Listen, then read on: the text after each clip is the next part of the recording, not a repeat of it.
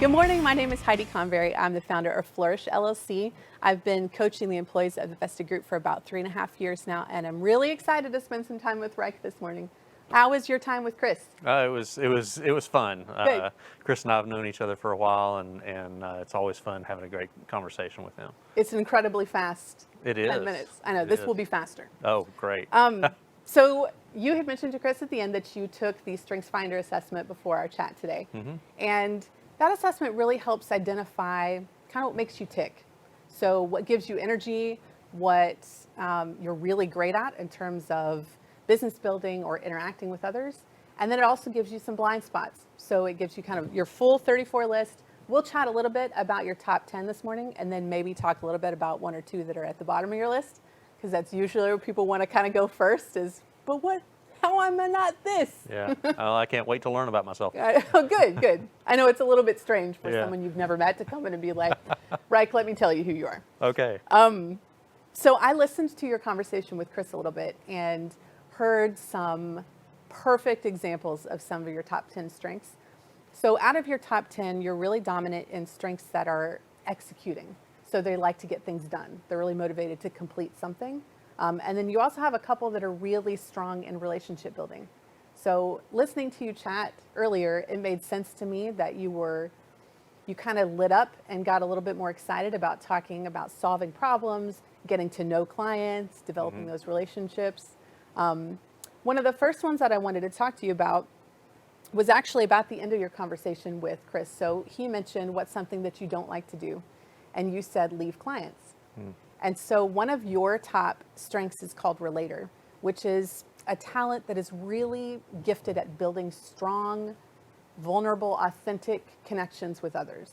So you don't necessarily need like a host of friends, a room full of networking opportunities. You get more fulfillment and energy from close relationships with a smaller group of people where you can really connect. Does that feel It does. like you? It does. I've always thought of myself as an introvert, and so it's hard for me to, cocktail hour is just not a thing for me. Right. But Right. but having a really deep conversation is. Yeah. And that's, I imagine, relator, the longer you're able to build a relationship with someone like a client that you're talking about, the stronger that connection is. You get more energy from that connection with that client. So when you have to cut that off, that's a hard hit Yeah. for that relator. It's breaking up. It is. It is. I know it. And see, someone who maybe had relator a little bit lower wouldn't feel that same loss as you do with having that strength high. Another one that I thought was really interesting that I wanted to talk about was you were mentioning this wide knowledge base that you have to have when you're working with clients. So you kind of, how different your day is. You might have to go do a workshop, and then you might have to talk to a client about what to do with their computers and what to do with cell phones and how to, so that you're limitless in terms of what you need to know about the industry. So you have a strength really high called input. And that one is about the collection of knowledge. So you are gifted in remembering small bits of information, random facts. You really enjoy kind of learning. You talked about that earlier. I really like to learn about something that I don't know about and gather that information and knowledge. That's because of that strength of input, where you get energy from collecting things that you don't know, right? Okay. And then being able to use it. Do you feel like that has served you really well in a new industry like this?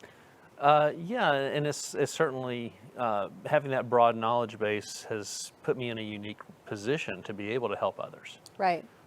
Because I going in, I don't really necessarily know what their need is, and so I have to learn from them what their needs are, or help them identify their needs. Yeah. But then to be able to address that with whatever that need is, to have that knowledge to be able to help them. Yeah. Right. I love input. If you aren't on a trivia team, you should consider it. Because input is really gifted at these random pieces of knowledge you don't even realize that you know. So just as an aside in this conversation, Okay. consider a trivia team. It's just my gift to you. Thank you. Another part of that kind of, you talked about the love of learning and getting to know something, but also the teaching aspect. So being able to share what you know, that's also a part of input. You and I share that strength together. So we tend to really enjoy teaching others what we know, what we've learned, what we've figured out, something new that, we learned on the radio on their way into work. I mean, just we get energy from gathering that knowledge, so we like to share that knowledge too. But you also have another strength really high called developer. It's one of my favorites. It's a relationship building strength because it's about human potential. It's about growth. So developer really feels genuinely that we all have more to grow. We haven't arrived yet. There's still a little bit more that we can kind of develop, that we can learn about ourselves, that we can develop as professionals. Developer is actually called the teaching strength.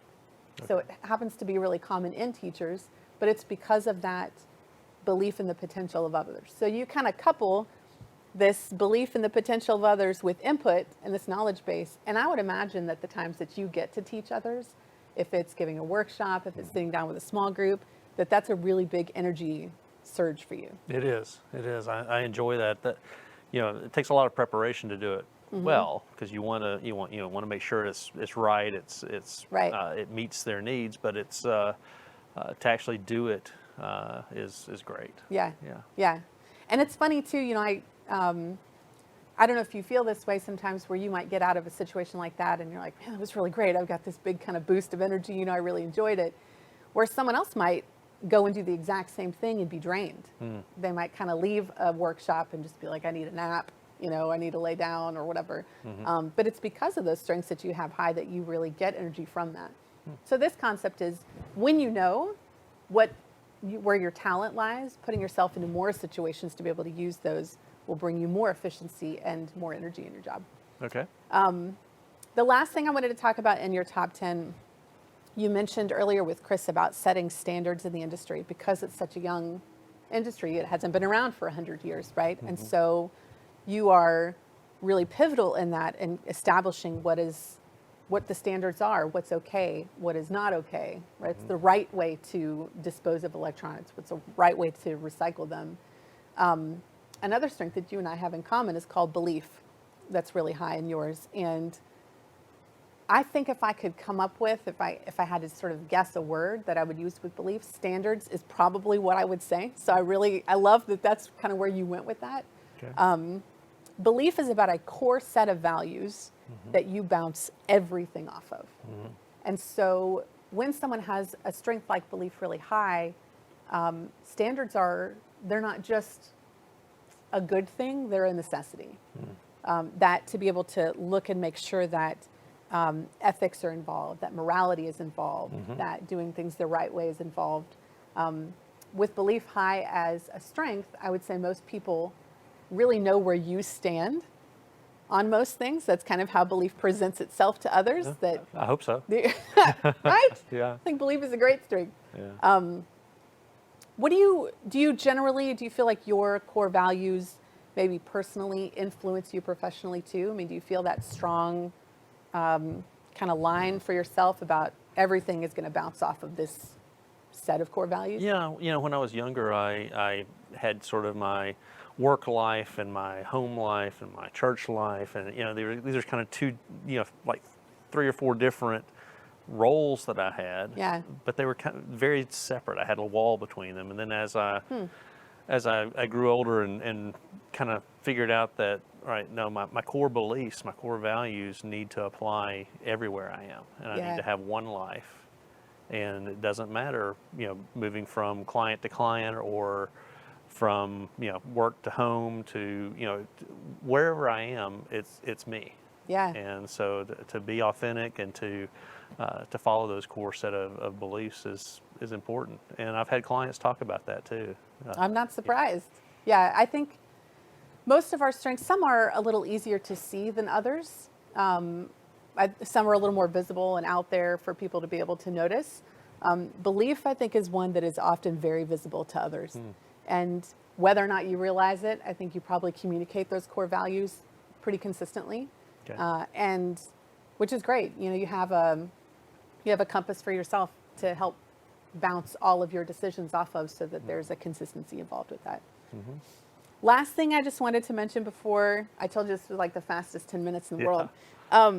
Sometimes when individuals look at the last couple of strengths on their list, there's some confusion on there of, I really thought that this was a talent of mine. I do this every day.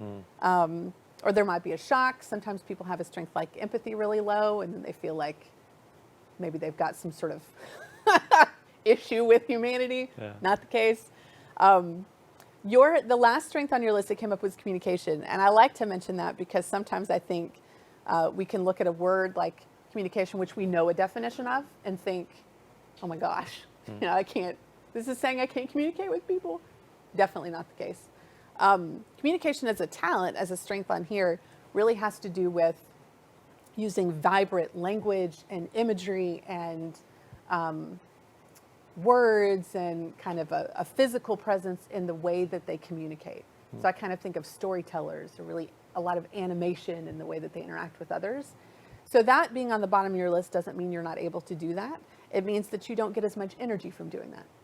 So someone with communication would seek out opportunities to be in front of a large group and be really animated and vibrant. And let me use 20 words where 5 words might do to get people on board and kind of motivated. So because that's low, that just means, and because relator is higher for you, I think that really means that you probably get more energy and satisfaction from a one-on-one conversation with somebody instead of maybe a larger group. And if you ever find yourself needing to get more animated in your communication, seeking out somebody who might have communication high as a strength to kind of take that responsibility. So. Interesting. Yeah, I do speak frequently, at conferences and so forth, but it's not something I ever really wanted to do. It was a necessity. Right.